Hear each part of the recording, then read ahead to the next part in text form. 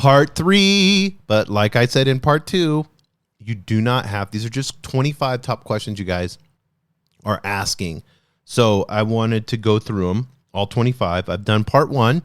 I did part 2, and this is the final part. We're going to go through questions 18 to 25, but you don't have to listen to part 1, part 2, and part 3.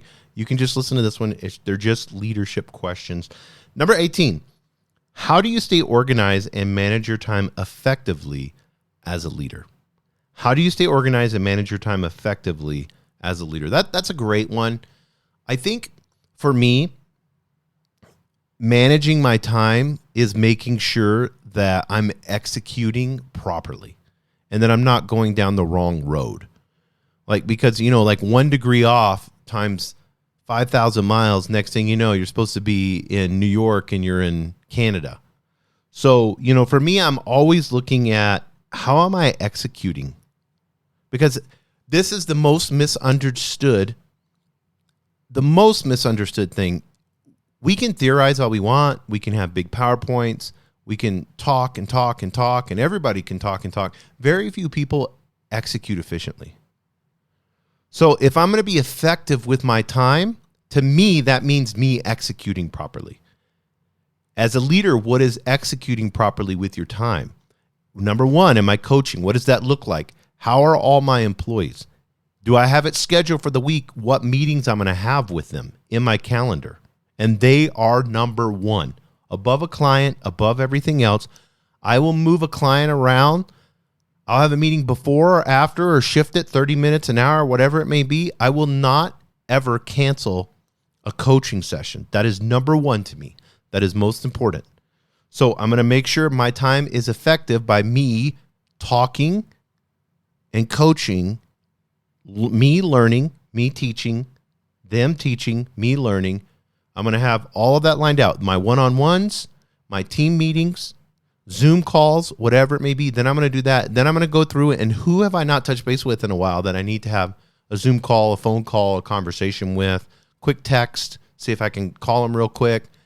So then I'm going to do that. Like, who comes to mind? Like, just out of the blue, who comes to mind? Who do I need to have lunches with? Schedule all those. Or maybe drinks after work or drinks in the afternoon, whatever it may be. I'm going to schedule all that out. That's people. That's your biggest asset. Those are people. Those are clients. Those are bosses. Those are other managers. Those are workers. Those are employees or whatever. Me one-on-one, face-to-face. If I just do those things, my time was effective for the week. And you're like, wow. Yeah. If I just do those things, my time was effective for the week. Because I know what's going to happen. They're executing at a high level because they feel valued and loved. And I know in business, we don't like to use the L word, love, but that's what it is. There's no separation between your friends and family and those that you lead. You should love them and you should make sure that they're cared for. That's servant leadership, guys. So my time being effective, I'm going to do that. Next, I'm going to make sure that I'm organized with taking care of me. So I've had service to others. Now I'm going to have service to myself. Because I'm going to serve myself. So I'm going to put all my workouts in. Make sure those are set in stone. Usually I have those ahead of time. So because I have a trainer, so I make sure, and him and I, we go through the week and make sure the times align with both of us. I have those in there. And those are all set. And then I make sure so I can work out and have plenty of time to get back, take a shower, and then have meetings. And then I'm going to make sure I have time for my morning coffee, for meditation, for my affirmations. I make sure I have time in the morning that I'm not interrupted, unless it's an emergency, of course. And I'm going to make sure I have that all lined up. So physically, mentally, spiritually, emotionally, and financially, I'm going to take care of those. And what does that look like in those? And I'm going to schedule those out, get organized, and have clarity. Because a lot of times my brain will get foggy. I told my girlfriend that this morning. I was like, I'm a little foggy in this area. So I need to sit down with my notepad and gain some clarity. It's usually that simple of how you can get organized. And number 19, how do you prioritize and manage multiple projects and responsibilities? You delegate. And then you have team meetings on each one. And most of the time, if you're a high level leader, you're just having project manager meetings and going over those. So let's say you have 5 different projects with 5 different team leaders. Well, there should be 5 meetings set up for the week. You should be every week seeing how things are going, listening, letting them talk. Like I said, they do 80% of the talking, you do 20%, and you ask questions. Is there anything I can do to help? Is there any resources that you need? Is anybody on your team struggling? Is anybody on your team, got a win? What does that win look like? How are you feeling? What progress? Where are we at? 20%, 30%, 50%? All these different. And after a while, if you do this consistently, all the week, they're going to kind of come with you and talk most of the time anyways and give you most of the answers. And then you'll be able to prioritize and manage these projects and the responsibilities because you're not consumed in all the inept details. You can't handle all that. Your brain can't handle all that. You getting into having all these, you shouldn't have a ton of Slack channels anyways. Your leaders, it's just leadership. So the leaders is your Slack channels. That should be it. If you're getting CC'd on everything, that shows me that you're not decentralized and you're micromanaging. If you need a CC on every single email that's going out and they feel like it's an obligation to CC you, let your managers lead. Give them that anonymity to be able to do that. Give them the flexibility and then see how the projects are coming along and coach them through that. Next, how do you foster a culture of innovation and continuous improvement? Well, this is hiring, number one. And you hire people that want to learn, people that have a desire to learn, people that are excited and motivated to learn. That should be, that right there is a priority. If you hire people that think that, if you hire know-it-alls, I've seen this so many times. Somebody comes in with all their expertise and they act like they know all the shit. And then when it comes time to like training, they don't want to show up. They don't want to be in training. Training is mandatory for everybody on the team. How are you narcissistic enough? And I'll say this to an employee. How are you narcissistic enough to think that you do not need training when your boss needs training every single day? We train. That's what we do here. You want to fix police departments in the United States? Implement a lot of training. Train for situations over and over and over and over again. You'll solve a lot of these problems. It's a lack of training and overwork. It's that simple. In the military, we train constantly. We'd even create like fake missions and then train on those and create obstacles. Like say, just police officers show up, get in their car and take off. And they're learning things on the fly over a period of time. Maybe they have somebody and that doesn't create any cohesiveness. They're like their own little islands. You need to be able to have ways where everybody can communicate and have a conversation. A briefing, really, where one guy's standing up at a podium and talking the whole time and then telling everybody to get out and go, that doesn't work. You want innovation and continuous improvement?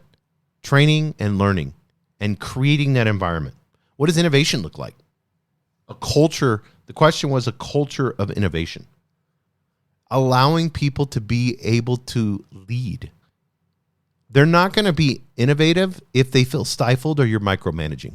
You're not going to have a lot of creativity. You may get things done, barely done, half-assed done, and you'll get a lot of things done, and you have to be super involved to get it half-assed done because you don't have the bandwidth. So you're assisting in getting it done. You can only give about 5% to the project. They're not innovating at all. They're not really caring because they're checked out. They're just doing what needs to get done, what you told them to get done. So they do another 5%.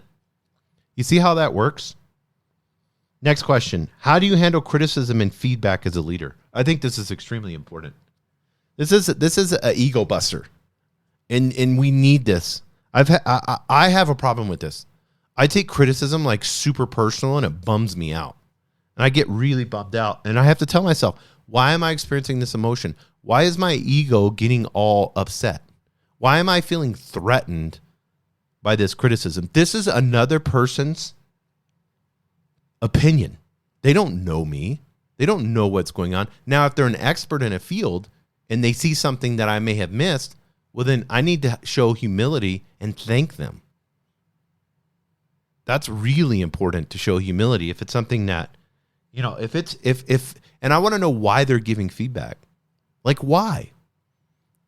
Like, what is the reason that they feel like they need to give feedback? Because it's probably something they think is important that you're missing. So ask that question. Hey, boss, what do you think I'm missing? And then do like you do with your coaching, say, after he goes, and say, what else? And listen, because you're going to get the right answer. That's going to help you. Number 22, how do you develop and implement a strategic vision for your team or organization? This is my bread and butter. I talk about this all the time. We've done this one multiple times. I've had tons of podcasts on this. So I'm not going to take too long in this because I don't want to bore you guys and you hearing me repeat stuff over and over again. Strategic vision. I've told you this before. Whether you're religious or not, a great way to see how vision is put out there is how mega church pastors do it. Whether you believe in God or not, or you believe in a church or not, it does not matter. They have to take a bunch of people, thousands and thousands of people, sometimes tens of thousands of people, and get them to be cohesive, to show up, to give money, and then their workers are mostly volunteers. Good luck on that in any business, and they're successful. You can see it. If you judge success off of buildings, bodies, and bucks, well, that's what it's going to look like. I mean, if you look at it as a business, so their thing is vision. You'll notice that. They do huge vision every quarter, every year. It's all about vision casting. Vision casting. So get into some leadership podcasts that megachurch pastors do. Do some research. Get a name of all the megachurch pastors that are out there. That and you know, go through there. You can see their sermons and stuff, and type in the word vision, and you're going to see a lot of leadership training is put on there. You're going to learn a lot. If you take notes and you're non-judgmental, you're going to learn a lot on how to put out vision to your team and your organization. I'm telling you, that's one I do all the time, and I may not agree.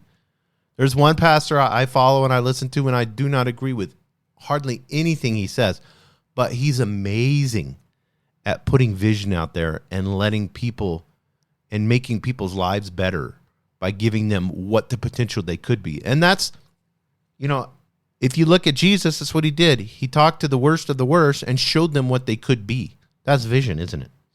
Number 23, how do you build and lead a diverse and inclusive team? This I've had conversations on this multiple times when it comes to inclusive and diverse. And I'm gonna hit the word diverse first. This means you don't want a tech company with 1,000 white guys in it that are all geeky. That doesn't work. You need all different types of people. Nike does an amazing job at this. Globally, they're looking at hiring people globally because they want to know the microcultures, the mini cultures. I want to know what's happening in Japan. I want to know what's happening in the culture. Who's sneakerheads in Japan, and what's that culture look like? What are they wearing? What are they doing? Where are they going? And okay, well, I need to hire some of those people to work for me.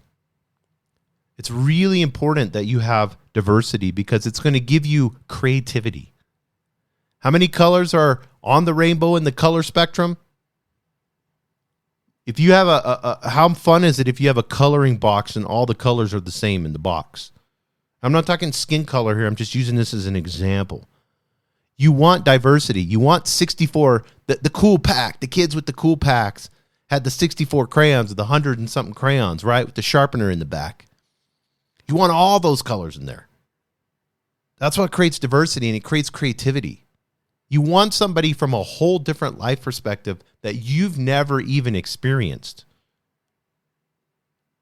I've had so many different revelations and change in projects because somebody felt comfortable enough to give their life experience in a culture that I had never experienced. But they shared that life experience, shared how it may make people in that culture feel, and it's changed the way that we've done things in marketing. I have to have a diverse and inclusive team.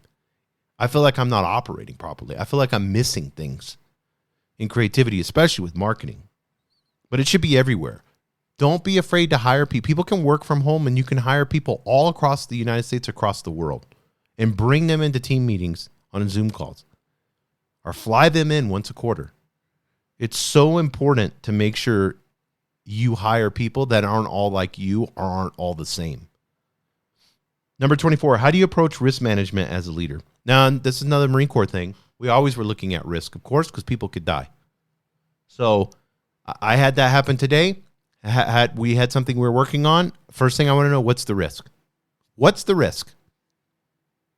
You need to ask that question constantly. What's the risk in this? People should know, like, oh, the boss is going to ask, like, what's the risk in this? Well, this won't happen. This won't happen. This could happen. What's the percentage of that happening? Oh, it's only about like 2 or 3%. Okay, cool. I can handle that. I can handle 2 or 3% it being bad. So the worst thing that's going to happen is this, this, and this. I'll write it down. And this. So how do we eliminate these things and still execute? Oh, we can't eliminate one. We could take the 2%, maybe make it 1%. But how much effort and work is that going to do? Or should we leave it at the 2 or 3? I ask these questions to my team and let them answer this. They have all the answers. They're doing all the execution and the work. I'm not. I'm just facilitating. See, that's a true leader.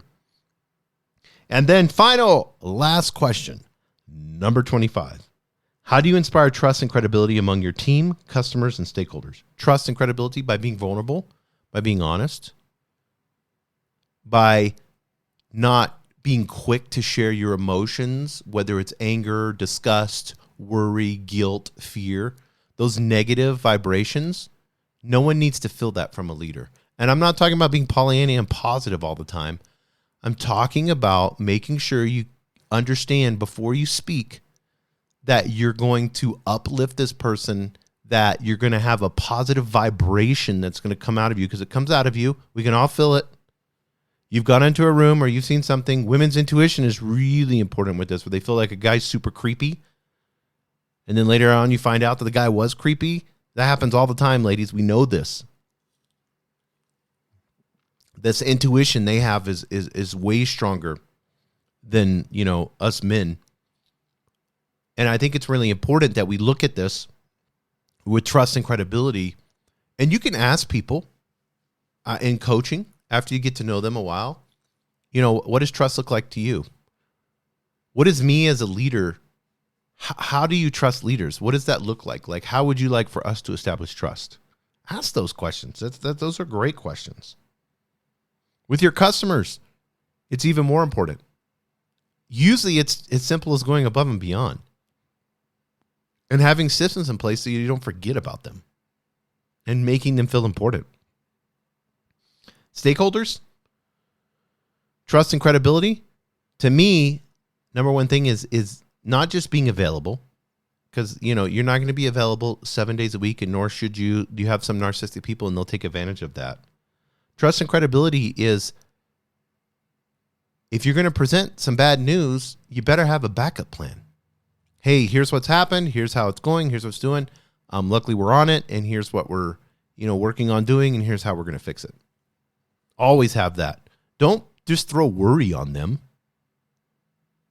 Because what a lot of people will do is they'll throw guilt on their team, they'll throw worry on the stakeholders, and they'll throw fear in the customers. And I see this all the time, and that does not create credibility at all. All that does is just you're throwing shit on people. It's like the monkey in the zoo. You're a leader. You handle that. You clean that up. It's your responsibility. And it gives you an opportunity to create unity in the team. Okay, there's an issue. There's a problem. There's adversity. We're going to get together, and we're going to solve this. And then you have a lunch or something like that, and you praise people that helped you solve the problem, and you make it all about them. We had this problem with this customer, and it was amazing. I didn't even have to get involved, guys. You guys did such an amazing job. Isn't that amazing that you guys handled this? I would say most teams and companies can't handle it. They've got to get their boss always involved in everything. You guys didn't do that. That was so awesome. I appreciate that. That allowed me to be able to do what I needed to do. And that's why you guys are so amazing. Praise goes a long way with building trust and credibility. As long as it's genuine, you should be feeling that in your heart. And I'm going to use the L word again. Love should be there. And it's important. So those are the top 25 guys. If you guys have any other questions, I'd be more than try to answer them. These are just my leadership experiences, going through things, and then my constant reading books and studying leadership. It's what I love to do. So appreciate each and every one of you. Love you guys. and hope that you continue on this journey of leadership. Thank you for joining us on the Albuquerque Business Podcast. And thanks to our sponsor, RigbyDigital.com. Make sure to subscribe and share. And go to abqpodcast.com. Get show notes, resources, and links to everything we talked about today to help you navigate your journey as an entrepreneur and business owner.